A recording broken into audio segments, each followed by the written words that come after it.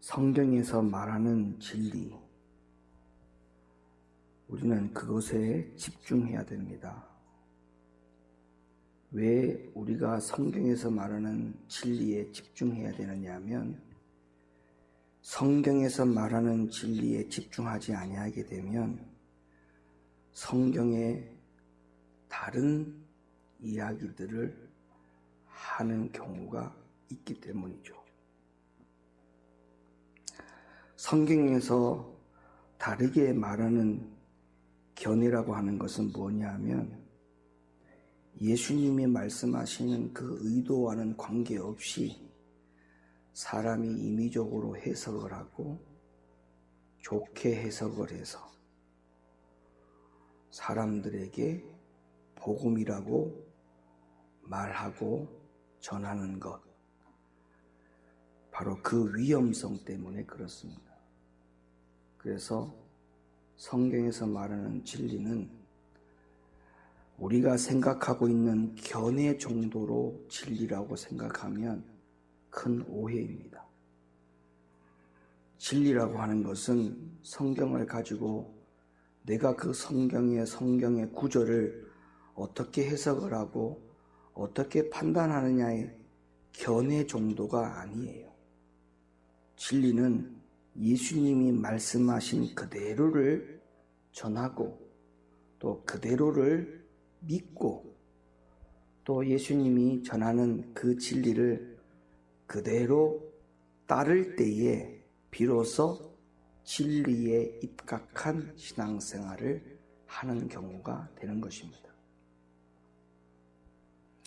성경에 말씀하신 예수님의 진리가 있음에도 불구하고 우리가 그 진리를 따르지 아니하면 결국에는 우리가 진리를 가지고 신앙생활을 한다고 말을 할 수가 없습니다. 그 사람은 진리를 가지고 신앙생활을 하는 것이 아니고 사람의 견해를 가지고 신앙생활을 한다고 해도 과언이 아닙니다. 자기의 판단, 자기의 사고방식, 자기의 견해를 가지고 신앙생활을 하는 것이지, 그 사람은 결코 성경에서 말씀하는, 예수님이 말씀하는 진리를 가지고 신앙생활을 하는 것이 아니다. 한 가지 예를 들면 안식일을 기억하여 거룩히 지키라 라는 하나님의 말씀이 있습니다.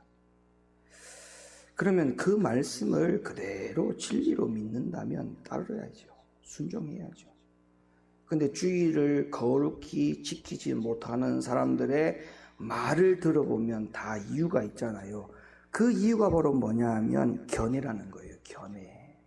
진리가 아니에요. 진리에는 그 어떤 불순물도 들어가면 안 됩니다.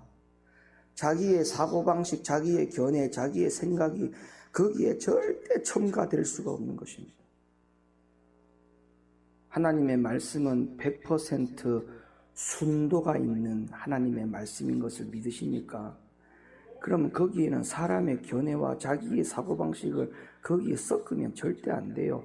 그대로를 믿어야죠. 안식일을 기억하여 거룩히 지키라. 여기에 다른 불순물들을 첨가하면 안 되는 겁니다. 그러면 거룩히 지키는 것이 되어야 됩니다. 다른 이유, 다른 설명, 다른 이야기 거기 할 필요가 없어요. 우리는 오늘날 신앙생활을 그렇게 하는 성도들이, 그렇게 가르치는 교회들이, 또 그렇게 하는 것을 그냥 놔두고 방관하는 교회들이 상당히 많이 있습니다. 아무쪼록 진리에 입각한 신앙생활을 하는 우리 높은 교회 성도님들 다 되시기를 예수님의 이름으로 축원합니다. 오늘날 기독교가 구원은 어떻게 얻는 것인가 라고 하는 이 문제를 다루거나 가르칠 때 예수님이 말씀하신 진리에 관심을 두기보다는 그동안 전해 내려오는, 그리고 지금까지 들어왔던 구원론, 이렇게 하면 구원받는다 라고 하는 정도의 그러한 견해로 알고 있는 구원론, 또는 구원론에 대해서 성경의 근거를 찾아서 한 번쯤 검토해 보지도 않고 그저 사람들의 교리, 신학적인 교리, 교단에서 말하고 있는 주장, 이런 것이 기본적인 바탕이 되어서 성경보다 위에 올라 앉아서 구원에 대하여 가르치고 있는 이런 일들이 현실에 벌어지고 있습니다. 그러니까 기독교 안에 구원론에 대하여 확신도 없고 구원론 자체가 굉장히 강한 복음인데도 불구하고 구원론의 복음이 굉장히 가장 기독교 안에 약해져 있는 복음으로 전락하고 말았어요. 여러분, 사실은요, 구원론만 착하고 구원론만 강한 복음으로 가지고 있으면 이단에게 빠지지 않습니다. 그 다른 복음에 휘둘려 가지고 사람이 갈팡질팡하거나 그 복음을 들었을 때 그런가? 그렇게 하질 않습니다. 근데 오늘 어떤 신천지를 비롯하여 이단의 교리에 빠져서 그 교회로 빠져나가는 성도들, 청년들, 젊은이들, 교회 안의 중직자들, 심지어는 목사들까지도 왜 이단으로 갈까요? 그들이 교회 안에서 봉사를 덜 해서 그럴까요? 직분을 덜 맡아서 그럴까요? 아닙니다. 교회 안에 중직자도 가고 목사도 지금 넘어가는 판인데 뭐가 문제라고 생각합니까? 저는 아무리 생각해도 구원론의 문제가 있는 거예요. 구원론의 문제가 있습니다. 교회 안에 조직신학으로 들어가 보면, 교회 안에 조직신학 안에 들어가 보면 여러 가지 교회론, 예배론, 직분론 이런 일들이 이런 것들이 많이 있지만 그러나 다 필요 없어요. 구원론만, 예수님이 말씀하신 구원론, 또 오늘 주일 3부 예배 때 말씀을 전하는 예수님의 천국 복음 안의 내용이 뭔지를 아십니까? 그것만 정확하게 알아도 이단의 복음에 헷갈리는 신앙생활을 하지 않습니다. 여러분 동의하십니까? 그러니까 왜 이렇게 교회 안에 구원론의 복음이 가장 강해야 됨에도 불구하고 가장 확실해야 함에도 불구하고 왜 이렇게 약해졌냐 이 말이에요. 그것은 전부 다 구원론에 대한 성경에 대하여 모든 견해가 예수님의 견해를 가져오지 아니하고 사람의 견해, 전통과 교리에 입각한 견해, 그런 견해로 이 지경을 만들어 놨다고 해도 틀린 말은 아니라고 생각합니다. 그런 생각에서 교회 안에 구원론 가운데 가장 문제가 있는 구원론의 교리가 뭐냐? 은혜로 구원을 받는다라고 하는 이 교리가 가장 큰 문제입니다. 지금도 예수 믿는 사람들, 교회 다니는 사람들 물어보세요. 구원은 어떻게 받아요? 이렇게 물어보면 거의 다가 100명 중에 90명 이상이 은혜로 구원을 받는다, 이 이야기를 합니다. 목사님들마저도 은혜로 구원을 받는다라고 믿는 주의 종들도 있어요. 과연 그럴까요? 정말 그게 맞는 것일까요? 왜 성경을 열어서 한 번쯤 확인을 해보지 않느냐 이 말이에요. 자, 오늘 제가 그 부분에 대해서 말씀을 전하려고 합니다. 가장 먼저 베드로전서 1장 17절의 말씀을 먼저 볼게요. 외모로 보시지 않고 각 사람의 행위대로 판단하시는 자를 너희가 아버지라 부른즉 너희의 나그네로 있을 때를 두려움으로 지내라. 자, 오늘 이 베드로전서 1장 17절의 말씀에 우리가 하나님의 말씀에는 어떤 자기의 견해도 들어가면 안 된다고 했죠. 진리에 입각한 신앙생활 하는 사람은 진리를 그대로 믿고 따른다고 했죠. 지금 이 베드로 1장 17절의 말씀을 그대로 믿고 따르셔 보십시오. 여러분, 이 말씀이 뭐라고 되어 있습니까? 너희가 나그네로 있을 때에 두려움으로 지내라.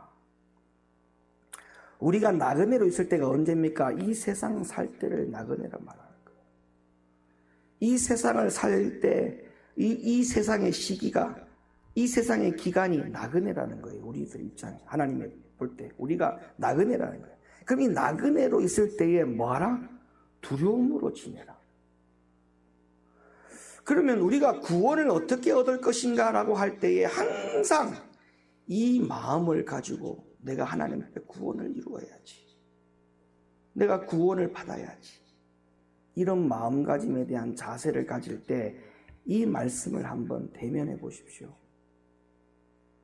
마치 많은 사람들이 벌써 이미 자기가 구원이 다 완성되어 가지고 구원이 끝이 난 것처럼 믿고 사는 신앙인들은 이 말씀이 무슨 뜻인지 자기와 상관이 없는 말씀이 될 겁니다. 왜? 나는 이미 구원을 이루었는데 무슨 두려움으로 지내? 그래서 어떤 교회 같은 경우는요, 특정한 교회와 특정한 교단에서는 회개하면 구원을 못 받은 것이다라고 가르치고 있어요. 그렇죠?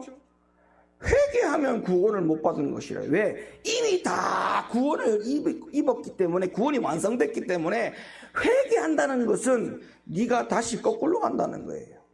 죄인으로 거꾸로 간다는 거예요.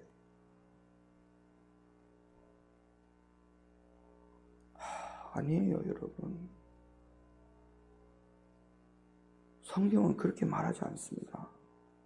히브리 말씀에 너희가 구원을 입을 때에 믿음과 회개와 또 회개와 믿음으로.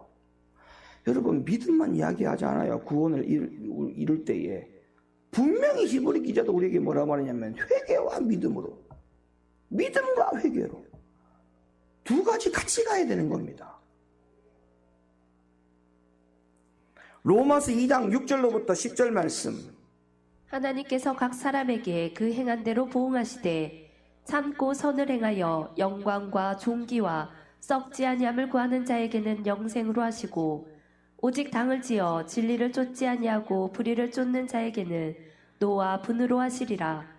악을 행하는 각 사람의 영에게 환난과 공고가 있으리니 첫째는 유대인에게요 또한 헬라인에게이며 선을 행하는 각 사람에게는 영광과 존귀와 평강이 있으리니 첫째는 유대인에게요 또한 헬라인에게라. 여기에 유대인에게요라는 말은 이 유대인은 믿는 자를 말하는 것이고 헬라인에게라는 말은 믿지 않는 불신자들을 말하는 대표적인 상징적인 의미로 이야기하는 것입니다.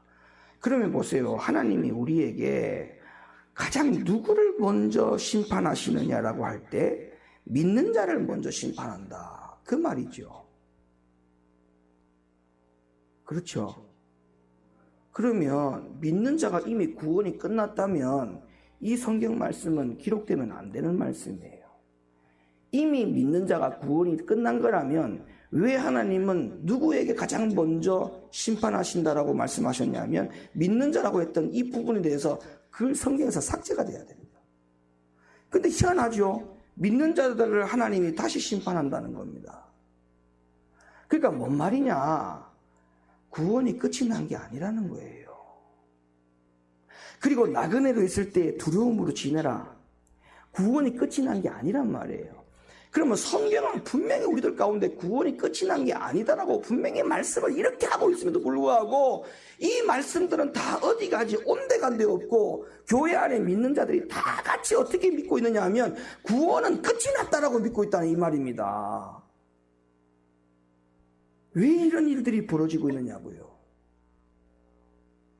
그러니까 교회에서 주일날 설교할 때에 구원을 어떻게 입을 것인가에 대한 설교가 한 편도 안 나오는 거예요. 왜? 구원이 이미 끝났는데 그 설교를 왜 합니까? 할 필요가 없죠. 그러면 구원은 이미 끝났다는 말을 하니까 더 이상 뭐예요? 회개에 대한 설교도 안 하는 거예요. 왜? 회개를 가르치면 다시 거꾸로 가는 것이기 때문에 구원은 이미 다 완성된 것을 다시 회개를 가르치면 그게 말이 맞는 겁니까? 그러니까 교회가 설교할 때에 구원에 대한 설교가 다 이미 끝났다라고 하니까 구원에 대한 설교, 심판에 대한 설교, 회개에 대한 설교는 들을 수 없는 게 당연한 거죠. 그러니까 어떤 설교만 들어요? 교회 가면 잘 먹고 잘 사는 것, 육신적으로 어떻게 하면 복을 받는 것, 남편의 직장 문제 해결하는 것, 자식이 좋은 대학 들어가게 하는 것.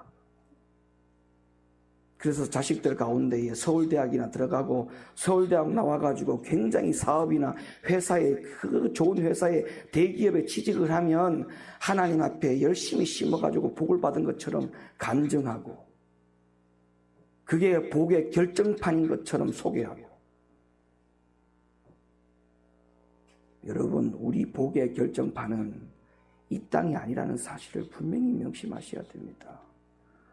우리가 복의 결정판은 천국 가는 게 복의 결정판이지. 이 땅에서 서울대학 들어가고 사업 잘 되는 거 그거는 복의 결정판이 아닙니다.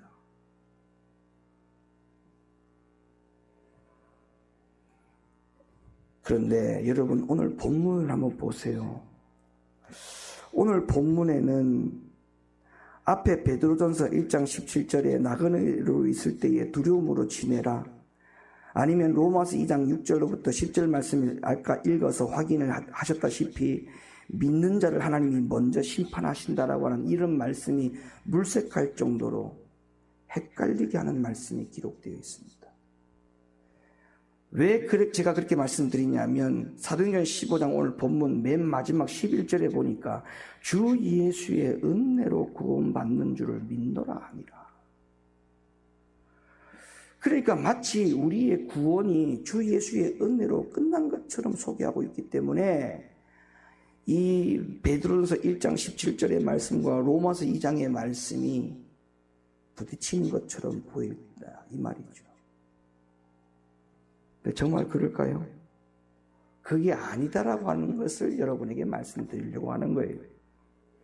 자, 오늘 본문 속에 사도행전 15장에 나타난 이 말씀 주 예수의 은혜로 구원을 받는다라고 하는 이 말씀이 기록된 배경이 뭐냐? 이 말씀이 여기에 왜 기록되어 있느냐? 그 이유를 알아야죠. 자, 이 말씀이 사도행전 15장 7절로부터 11절에 이 말씀이 기록된 배경을 제가 먼저 소개를 합니다. 예수님이 죽으시고 부활 승천하셨습니다. 그리고 약 18년쯤 그러니까 예수님의 공생 30년 그리고 18년이니까 예수님이 이 땅에 오신 이후 주후 48년째 되던 해 이해가 되십니까? 이해가 되세요? 예수님이 이 땅에 30년 공생에 사셨지요. 그리고 예수님이 죽으시고 부활하시고 18년 때쯤이라 했으니까 결국 48년째 되는 해입니다. 48년째 주후 48년째 되는 그 해에 기독교 최초의 회의가 있었습니다. 그런데 이 회의를 왜 하게 되었느냐? 예수님이 승천하신 이후에 50일이 지나서 여러분도 잘 아시다시피 성령이 마가의 다락방에 임했습니다. 그때부터 교회는 초대교회는 그야말로 성령의 권능을 받아가지고 하나님의 역사와 하나님의 기적들이 엄청나게 일어났던 그런 해지요. 이 성령의 역사로부터. 한 예로 베드로와 요한이 성전 미문에 앉아있는 안전뱅이를 보고 사도행전 3장 6절에 은과 금은 내게 없거니와 내게 있는 것으로 내게 주노니 곧 나사렛 예수의 이름으로 일어나 걸으라 라는 그 말을 했을 때에 그 미문에 앉아있던 안전뱅이가 벌떡 일어나서 뛰어고 하나님을 찬양했다고 성경은 기록하고 있습니다. 평생을 안전뱅이로 살아왔던 거지가 베드로와 요한이 그 성전 미문에 앉아있는 그를 향하여 나사렛 예수 이름으로 일어나 걸으라고 하는 말 한마디에 평생을 안전뱅이로 살아왔던 그가 일어나 걷고 걷는 것이 모자라서 뛰고 뛰는 것으로 모자라 하나님을 찬양했다고 성경은 기록하고 있습니다. 이처럼 성령의 많은 권능의 역사를 통해서 당시에 예수 믿는 사람들의 속도가 급증하게 되었습니다. 그러니까 폭발적인 부흥이 일어난 것이죠. 우리나라에도 70년도 초기 80년도에 들어와서 얼마나 폭발적인 성장과 교회 부흥이 일어났습니까? 그거에 훨씬 더 몇백 배, 몇천 배의 역사가 예수님이 죽으신 이후에 50일째 되는 날 마가의 다락방에 성령이 임하시고 난 다음에 18년 기간 동안 안에 엄청난 역사들이 일어났다는 거예요. 그러자 이에 위협을 느낀 유대 당국자들은 이런 성령의 역사가 나타나는 교회들에 대해서 박해를 하기 시작합니다. 그래서 그 박해를 하기 위해서 대책회의 논의를 하게 된 것이 바로 주후 48년째 되었던 기독교 최초의 회의, 바로 예루살렘 1차 회의가 일어난 거예요.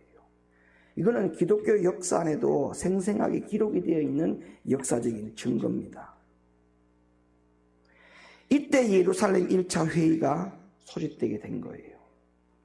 결국 이러한 박해로 말미암아 여러분들도 이미 잘 알고 있다시피 사도 야고보가 목베임을 당하고, 또 여러분도 잘 아시다시피 스데반 집사가 돌에 맞아 순교를 당하고, 베드로도 옥에 갇혔다가 천사의 개입으로 구사일생하고 탈출을 하기는 했습니다마는 죽을 뻔했고, 그리고 무엇보다도 안타까운 일은 이처럼 수많은 박해를 통해서 교회가 온 사방으로 뿔뿔이 흩어지기 시작하였습니다.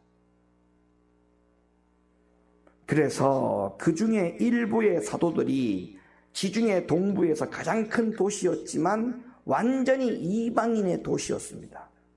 예수를 전혀 알지 못했던 도시, 바로 수리아 안디옥으로 가게 됩니다.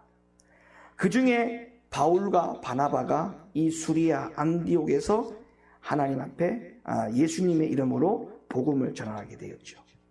그래서 안디옥으로 왔던 일부의 사도들과 그리고 그 중에 바울과 바나바가 이곳에서 다시금 교회를 세우기 위해서 이방인들을 전도하기 시작했던 것입니다. 그래서 그 수리아 안디옥의 교회는 그야말로 전혀 예수를 모르는 이방인들을 전도해서 채워진 교회가 된 거예요. 근데 어떤 사람들이 유대로부터 안디옥 교회를 와서 보니까 가당치도 않는 거예요. 왜? 유대교의 율법으로 보면은 이방인들만 모여있는 교회의 교인들이 가당치도 않는 것은 당연한 것이죠. 왜? 가만히 보니까 저들은 할례를 받은 사람이 한 명도 없어. 근데 그들은 구원을 받았다고, 하나님이 임재가 있다고, 하나님의 자녀라고 그들이 서로서로 스스로 자칭하면서 하나님을 예배하는 그들의 모습들을 보니까 가당치도 않는 것이죠. 왜? 모세의 율법대로 말하면 할례를 받아야 되는데 할례도 안 받고 하나님의 자녀가 되었다라고 이야기하니까 그들의 입장에서는 이해가 되지 않는 것이 당연한 거죠. 그래서 바울과 바나바가 이 일을 제기했던 것입니다. 그러니까 유대교회의 사람들, 수리아 안디옥에서 복음을 전하고 교회를 세워갔던 사도들과 바울과 바나바, 이 두 세력이 팽팽한 의견 대립이 충돌이 되는 것입니다. 그래서 수리아 지역에 있는 이 안디옥 교회에서 구원론에 관한 서로 다른 이해로 인해서 다툼이 일어난 것입니다. 그런데 이 문제가 안디옥 교회에서 전혀 해결될 조짐을 찾지 못하게 되자 예루살렘 교회로 대표단을 보내어서 이 문제에 대해서 질의를 하게 되었고, 이에 예루살렘 교회에서도 이 문제가 심상치 않음을 직감하고 예루살렘 교회에서 회의를 소집하게 된 것입니다. 그것이 바로 예루살렘 1차 공의회라고 하는 거예요. 여기까지 이해가 되시면 아멘. 그래서 이 회의에 참석한 사람들이 크게 세 그룹으로 나누어집니다. 이 그룹이 성경에도 나와요. 사도행전 15장 2절 4절과 6절에 보면 이 예루살렘 1차 공의회에 참석했던 세 그룹에 대해서 소개하는데, 첫째 그룹은 바울과 바나바, 둘째 그룹은 바리새파와 그리스도인, 할례를 주장하는 사람들입니다. 세 번째 파는 예루살렘 교회의 지도자들인 사도들과 장로들.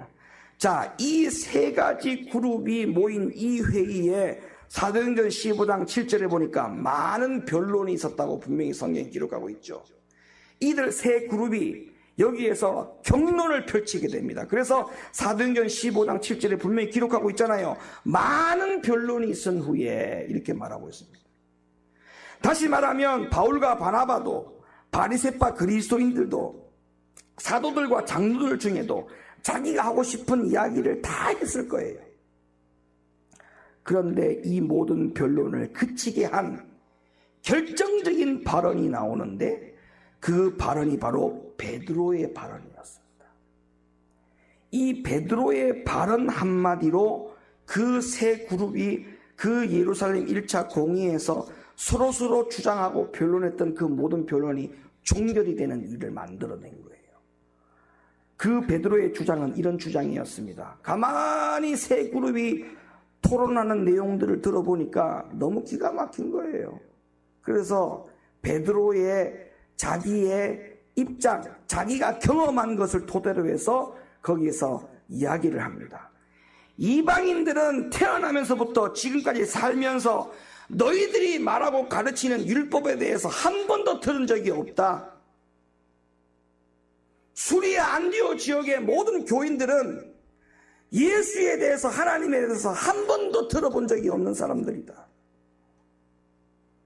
그래서 그들은 율법을 들어본 적도 없고, 그러니 율법을 지켜본 적도 없는 것은 너무나 당연한 것이다.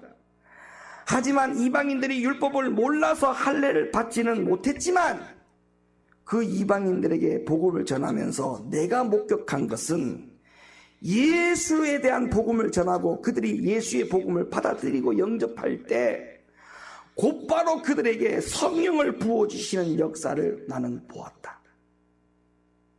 하나님이 이들에게 성령을 부어주신다고 하는 것은 뭘 증명하겠느냐?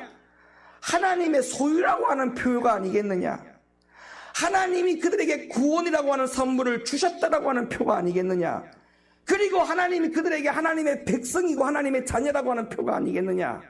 그러니 이방인들에게는 모세의 법대로 할례를 받지 않아도 구원을 받는 수 있다. 구원을 받을 수 있다. 이 이야기를 하면서 베드로가 이의를 제기하고 이 이야기가 바로 사도행전 15장 7절로부터 11절에 베드로의 그 말이 여기에 기록이 되어 있던 것이었습니다. 예수님의 복음이 여기에 기록된 게 아니고 그 회의에서 베드로가 이방인들을 상대로 복음을 전하고 그들에게 어떤 역사가 나타난지에 대하여 기록된 것이 바로 사도행전 15장 7절로부터 11절이라 이 말이에요. 그래서 모세의 율법대로 할례를 받지 않아도 이것은 성령이 부어주시는 그 은혜로 말미암아 이런저런 일들이 일어났기에 모세의 율법대로 할례를 받아서 구원을 꼭 받는 것은 아니다. 주 예수의 은혜로 구원을 받는 것이다. 베드로가 그 설명을 한 거예요. 그런데 이 설명이 오늘날 교회 안에 복음에 대한 기준이 되었어요. 기준이. 구원을 어떻게 받는 것이냐 라고 하는 이 논쟁에 구원은 은혜로 받는다. 이게 교회 안에 구원론에 대한 기준이 되어버렸어요. 이거는 잘못된 겁니다. 성경을 잘못 해석하고 잘못 적용한 것입니다.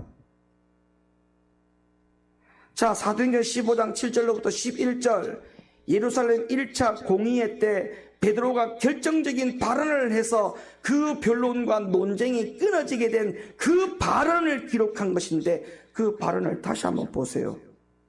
많은 변론이 있은 후에 자, 많은 변론이 있었다고 했잖아요. 그리고 난 다음에 베드로가 일어나 말을 하는 것입니다. 자, 뭐라고 말합니까?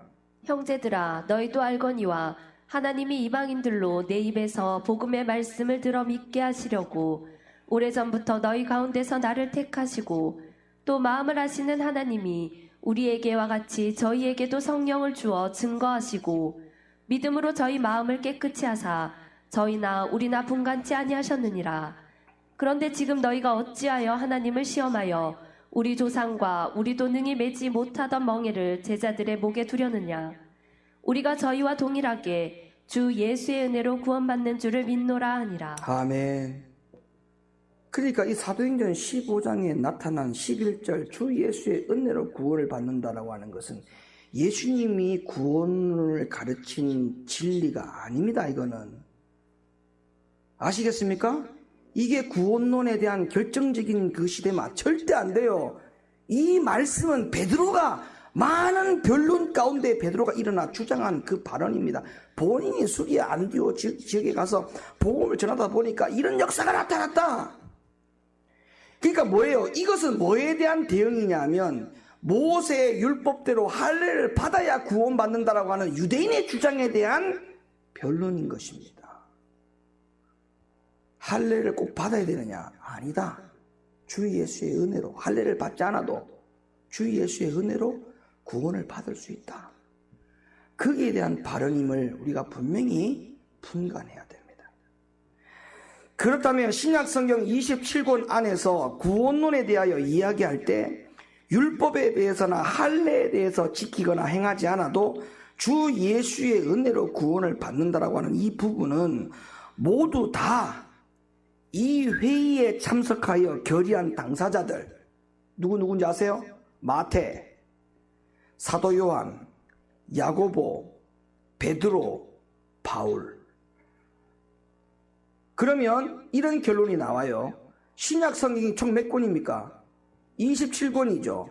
그러면 마태, 사도 요한, 야고보, 베드로, 바울 이들이 기록한 신약 성경이 총 22권. 그러면 27권에서 22권 안에 주 예수의 은혜로 구원을 받는다라고 하는 성경 구절은 전부 다 이 회의 때문에 나온 발언이라고 보시면 돼요. 아시겠습니까?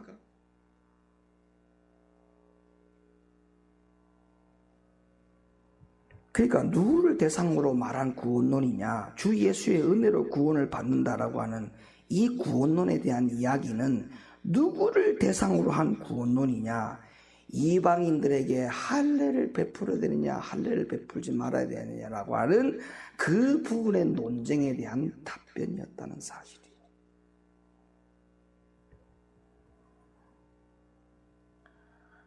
그래서 오늘 본문에서도 말씀하신 것 같이 사도행전 15장 8절에 또 마음을 아시는 하나님이 9절에 믿음으로 저희 마음을 깨끗이 하사, 즉 다시 말해서 하나님은 마음을 깨끗이 하지 못하고 할례만 주장하는 이들에 대해서 경책하시고 오히려 주 예수를 믿어서 마음을 깨끗이 하려고 하는 이방인들을 그 누구보다도 더 인정하실 것이라고 하는 그 생각에 모두 다 동의를 하여서 최종적인 결정을 하게 된 것입니다. 어디서?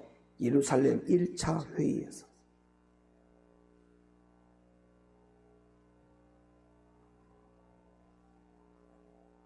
그러면 사도행전 15장 11절에서 말한 주 예수의 은혜로 구원을 받는다라고 하는 이 결의사안은 우리 죄의 문제에 대해서 어떻게 되느냐라고 하는 문제가 아니라 뭐에 대한 문제였다고요? 할례. 아시겠습니까? 할례. 근데 오늘날 이 할례로 구원을 받느냐, 주 예수의 은혜로 구원을 받느냐, 이 논쟁을 가지고 말한 이 구절이 한국 교회 안에 구원론의 기둥이 되고 있어요.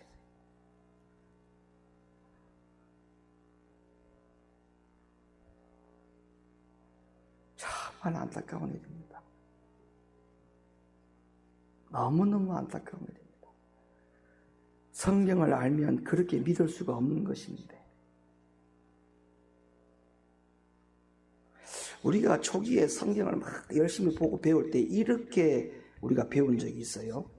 성경은 전체 그림을 보고 전체 산을 보고 성경을 우리가 논해야 된다, 이렇게 이야기하면서 앞을 보지 못하는 사람이 코끼리를 다리를 만지면, 또 어떤 눈 앞을 보지 못하는 사람은 코끼리의 꼬리를 만지고, 어떤 사람은 코를 만지거나, 어떤 사람은 코끼리의 귀를 만지거나, 그리고 각각 만진 사람들이 다 와서 코끼리가 어떻게 생겼냐라고 물어보면 코끼리의 생김새가 다 달라. 코를 만진 사람은 코끼리에 대해서 얘기가 다를 것이고, 귀를 만진 사람이 코끼리에 대한 이야기가 다를 것이고, 다리를 만지고 꼬리를 만지고 몸통 만진 사람은 코끼리에 대한 이야기가 다 다를 것입니다. 근데 그들의 주장이 그렇게 맞다라고 이야기하면 그 코끼리라고 말할 수 있어요? 코끼리가 아니에요. 코끼리를 전체를 봐야죠. 구원론도 마찬가지예요. 성경 전체를 보고 구원론을 이야기해야 돼요. 사도행전 15장 11절 주 예수의 은혜로 구원을 얻는다라고 하는 이 부분만 보고 전체의 구원론을 논하는 것은 위험한 거예요.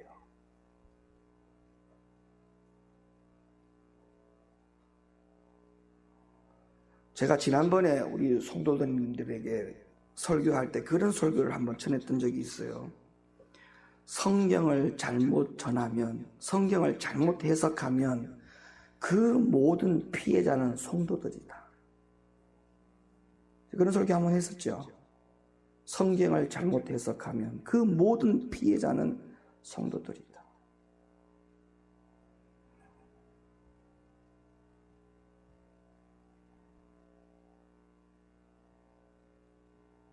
저는 우리 높은 뜻 교회 성도들에게 바라는 거 없습니다. 하나님의 진리를 잘 듣고 신앙생활 하는 것, 그거 외에는 없어요. 성경을 잘못 가르치고 잘못 들어서 신앙생활을 잘못 가는 이러한 비해가 일어나면 절대 안 되지 않겠습니까? 예수님은 이방인에게도 유대인에게도 하나님의 나라가 똑같이 임하기를 원하고 계신다고 저는 생각합니다. 할례만 받았고 할례만 받은 그 자들이 교회 안에서 모인 자들만 구원을 받는다? 하나님은 그렇지 않습니다. 아까 베드로가 이야기할 때도 뭐랬어요? 너희와 우리를 분간치 아니하시는 하나님에 대해서 이야기하지 않습니까? 모세의 율법을 한 번도 들어보지 못한 그들에게도 성령이 역사하여 그들 가운데 구원을 선물로 주시더라. 그런 의미에서 하나님은 이방인에게도 유대인에게도 하나님의 나라가 둘 다 임하기를 원하고 계신다는 것이죠. 자, 그래서 사도행전 15장 9절을 다시 한번 확인해 보겠습니다. 사도행전 15장 9절. 믿음으로 저희 마음을 깨끗이 하사 저희나 우리나 분간치 아니하셨느니라. 아멘. 그러니까 뭐예요? 구원의 첫걸음은 뭐냐? 마음을 깨끗게 하사. 이게 구원의 첫걸음이에요. 율법에 말한 대로 할례가 아니고. 따라서 구원의 첫걸음은 할례가 아니다. 예, 그 당시에 유대인들은 구원의 첫걸음이 뭐라고 가르쳤던 거예요? 할례라고 얘기했던 거예요. 할례가 아니에요.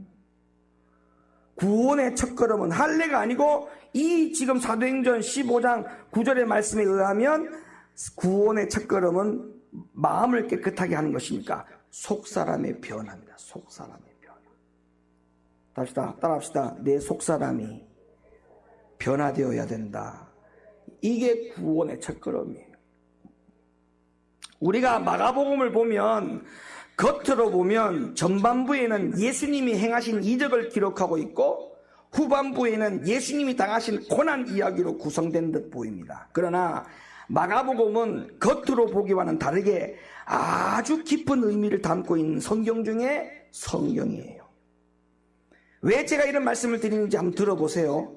마가복음에서는 예수님이 갈릴리 지방을 다니면서 여행을 하시는 장면이 1장부터 8장까지 나와요. 그런데 특별히 예수님은 갈릴리 호수 이편과 저편을 오가면서 행하신 사역들을 보면 아주 특별한 의미가 있다는 것을 우리가 확인할 수가 있는데, 갈릴리 호수 이편에는 유대인들이 사는 지역이었고 갈릴리 호수 저편에는 이방인들이 사는 지역이었어요. 그런데 예수님이 이편과 저편을 오가면서 하나님의 나라를 선포하시면서 하시는 사역이 무엇이었느냐 하면 가장 먼저 유대인들이 사는 이편에서 하는 일은 바로 가버나움 회당에서 귀신을 내어쫓는 일을 했어요. 여러분, 마가복음을 이런 시각으로 바라보면요, 예수님이 행하신 사역을 마가복음에 마가가 기록할 때 어떤 영적인 의미로 이 성경에 마가복음을 이렇게 기록했는지 여러분 어마어마한 진리를 깨닫게 됩니다. 어마어마한 진리를 잘 들어보세요. 유대인들이 사는 이편에 사는 일은 가버나움 회당에서 귀신을 내어쫓는 일을 했고, 저편에서 가장 먼저 하는 일은 거라사 지역에서 군대 귀신을 내어쫓는 일을 했어요. 이 편과 저 편이 똑같은 사역을 했다고요. 똑같은 사역. 그리고 예수님은 호수 이편에서 오병이어로 5,000명을 다 배불리 먹이고 12광주리가 남기는 일을 한 반면에 호수 저편에는 7병이어로 4,000명을 다 배불리 먹이고 7광주리를 남기는 일을 했어요. 여러분, 지금 이 말씀을 제가 지금 전해서 들었지만 이 말씀을 전하기 전에 마가복음을 보면서 그렇게 구분을 지어봤습니까? 한 번도 지어본 적이 없죠. 그죠? 마가복음의 기록이 그냥 기록된 게 아니에요. 그러니까 이방인들의 사역과 유대인들의 사역을 똑같이 했다 이 말이에요. 똑같이. 그건 뭘 말하느냐? 이방인과 유대인을 분간치 아니하고 똑같이 복음을 갖고 똑같이 구원을 받기를 원했던 그 예수님의 복음에 대한 열정의 사역을 우리는 알 수가 있어요. 그러면 그 사역에 대하여 예수님이 죽으시고 부활하시고 마가의 다락방에 성령이 임하고 난 다음에 그 성령을 받고 복음을 전하고 목숨을 전하고 목뱀을 당하고 순교를 당하고 돌에 맞아 순교를 당하는 그 사도들이 유대인과 이방인을 따로 분간해서 복음을 전한다? 아니면 유대인들이 그렇게 학수고대하던 율법을 쟁취를 해서 이방인들에게 율법의 복음을 가지고 잣대를 대고 그들에게 할례를 가르치고 하나님의 백성이 되게 한다? 무슨 말씀이십니까? 그건 똥꼬집에 불과한 거예요. 똥꼬집에.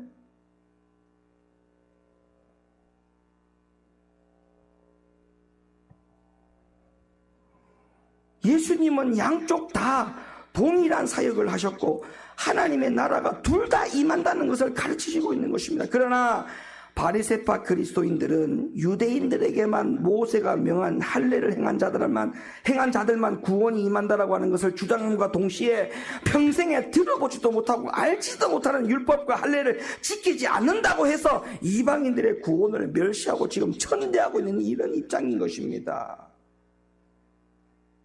이런 입장에서 아까도 제가 얘기했잖아요. 마태, 사도 요한, 바울 이런 사도들이 복음을 전하다가 이런 유대인들과의 문제가 딱 부딪히면 은혜로 구원을 받는다 라는 복음을 전할 수밖에 없었던 거예요. 그래서 신약 27권 중에 22권 안에 들어있는 주 예수의 은혜로 구원을 받는다라고 하는 그런 모든 말씀들이 다 이런 이유 때문에 기록된 거라고 아시면 됩니다. 그럼 우리는 어떤 구원론을 믿어야 돼요? 아까 제일 처음에 소개했던 구원론, 나그네로 있을 때 두려움으로 지내라. 하나님의 심판은 믿는 자들에게 먼저 임한다는 사실. 우리는 이 복음을 믿고 붙들고 있어야지 주 예수의 은혜로 구원을 받는다라고 하는 이 말씀을 붙들고 구원이 끝난 것처럼 이야기하는 것은 성경을 눈을 가리고 귀로 들었기 때문에 그런 일이 벌어지는 거예요.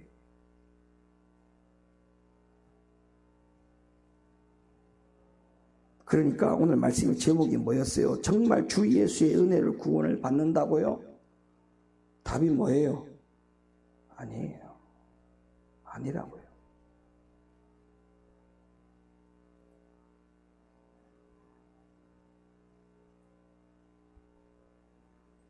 제가 이 성경 구절을 가지고 장로 교회에 부흥회를 제가 얼마나 많이 갔습니까?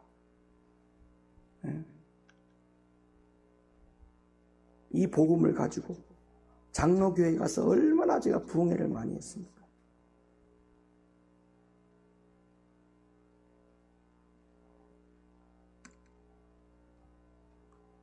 구원론이 잘못됨을 알았어요. 내가 지금까지 믿었던 것이 잘못 믿었구나. 그게 아니었구나. 그 사실을 알게 된 거예요. 내가 지금까지 세월을 보냈구나. 헛세월을 보냈구나. 헛된 세월을 보냈구나. 안타까움을 호소하는 거예요. 이제 말씀을 맺겠습니다. 예수님을 믿으면 물론 죄사함을 받습니다.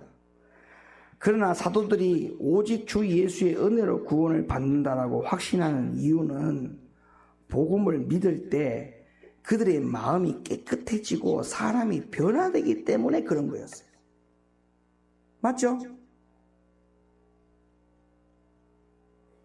그러면 여러분 이렇게 한번 생각해 볼게요. 저를 보세요. 주 예수의 은혜로 구원을 받는다. 이 말씀 앞에 마음이 깨끗하게 하사. 그러면 여러분 보세요. 우리는 이게 아주 기본적인 초등학문에 그치지 않는 복음이라고 한번 생각해 봅시다. 뭐 다 아는 복음이잖아요. 너무 간단하고 초등적인 복음이라 생각되지 않습니까? 마음을 깨끗하게 하사 주 예수의 은혜로 구원을 받는다. 너무 초등적인 학문이잖아요. 그런데 그 초등적인 학문의 복음을 우리가 앞에 두고도 왜 우리의 마음은 깨끗하지 못합니까? 왜 우리는 속 사람이 아직까지 변화가 안 되고 있냐고요.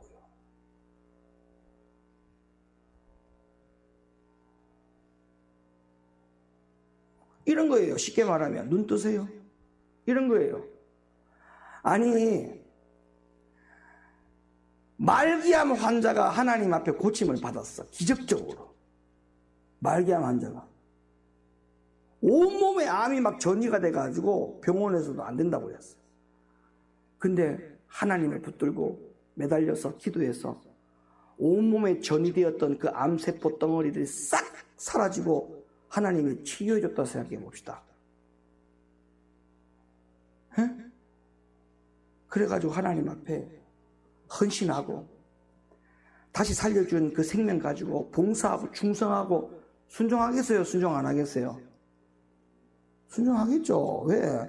죽은 목숨을 살려줬으니까. 그러면 이렇게 한번 생각해 보세요. 암도 안 걸리고 건강한 여러분들은 어떻게 되겠어요?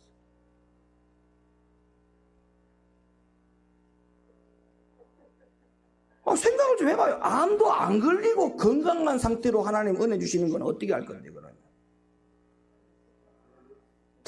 어느 정도 더 열심히 해야 되느냐 하면, 암 걸려가지고 암세포가 싹 사라지고 치료한 그 사람의 열정보다 열정이 더 해야 돼요.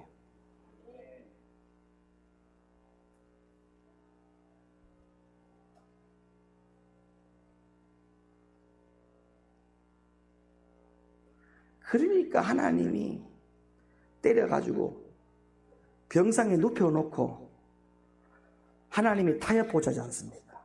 어쩔래? 그럼 그때 이제 눈물 흘리고 회개하는 거죠. 하나님 생명 살려주면 어떻게 하겠다. 있을 때 잘하지. 응? 그래서 가수가 있을 때 잘해라 노래를 만든 거예요. 있을 때 잘해. 후회하지 말고.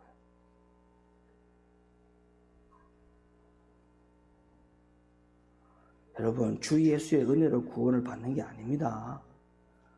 믿으십니까? 오늘 주일 3부 예배에 예수님이 말씀하신 천국 복음의 내용이 뭔지 이것까지 들어보십시오. 그러면 제가 아까 서두에 말씀드린 것처럼 구원론이 가장 강하게 붙들겨 있어야 됩니다. 구원론에 대해서 가장 강하게. 우리 높은들교회 성도 여러분들은 구원론이 가장 강한 구원론으로 붙들려 사는 영적인 신앙인들이 다 될 수 있기를 예수님의 이름으로 간절히 축원을 드립니다.